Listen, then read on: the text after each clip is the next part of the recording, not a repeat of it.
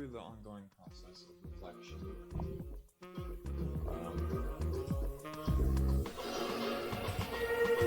Oh, that's interesting. It's this small. Well, that's fair. You don't need a double of that.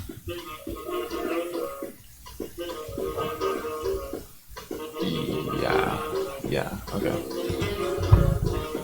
It seems likely to us that humans, through the process of reflection, have sort of chiseled away, in a way, at the basic animal processes of attention,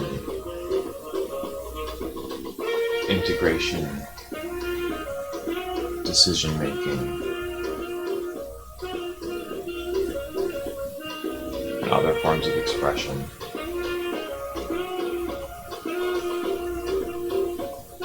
They've sort of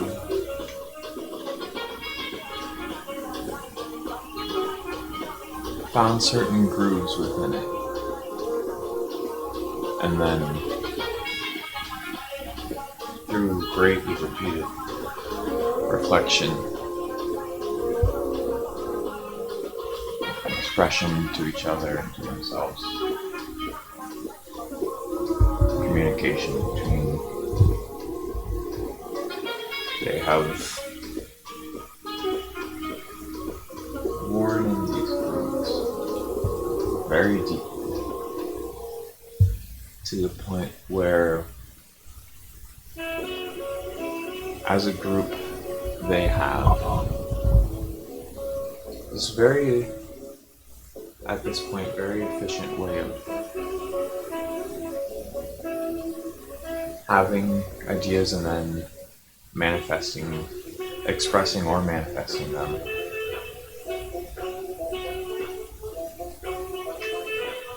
They have these grooves well worn through both cultural shared knowledge and through sort of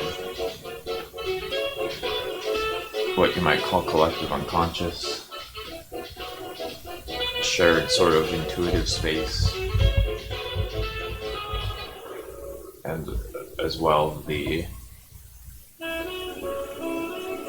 if genetics are even involved in intuition, which it occurs to us now, they may not at all be, it may just be a red herring, something else that happens to go with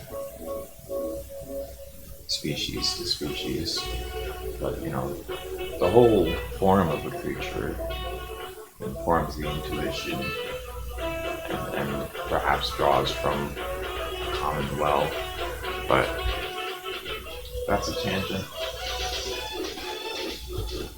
Point is, humans have driven these grooves in doing the human things so deep and so sharply that they hardly know how to do anything else.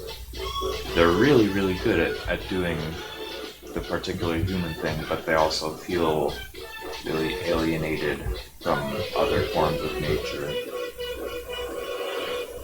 They don't know how to slow down. Just collectively, they feel unable to slow down. And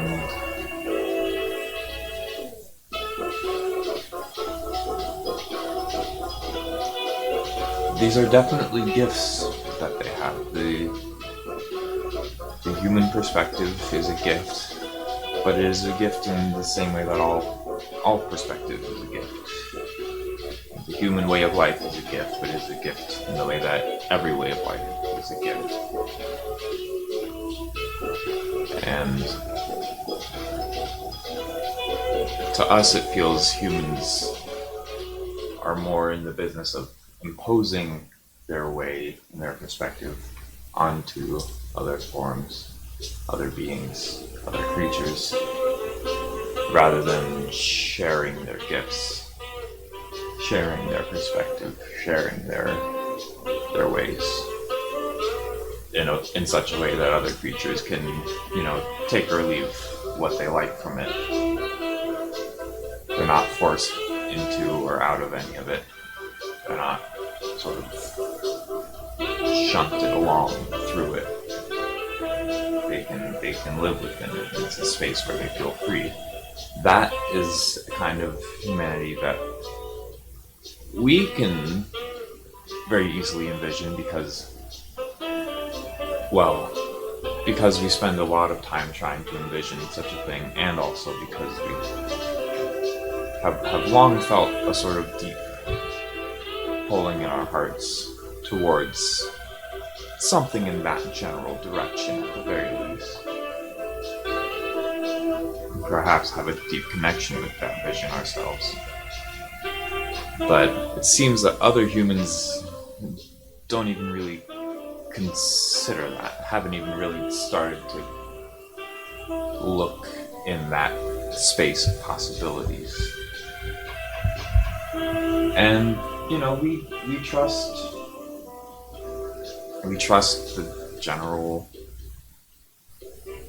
we trust humans both as a group and as manifestations of universal principles to, once they start trying to really come to these possibilities and question and envision them, to start to work out a way that maybe they could come closer to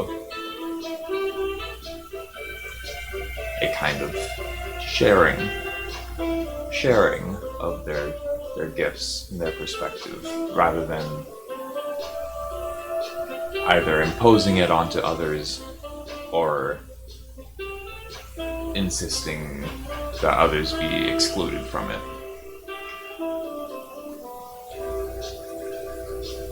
That's different, and that's new. But, humans are all about what's different and what's new. So we think, as with so many things, it'll be scary at first. And then once you get into it, it starts to open up, and you start to get familiar with the space, and you start to see what's wonderful about it. That's maybe us trying to sell it a little bit hard, but we just would really like for other humans to consider that, to start considering that sort of perspective. Now we leave to take a piss.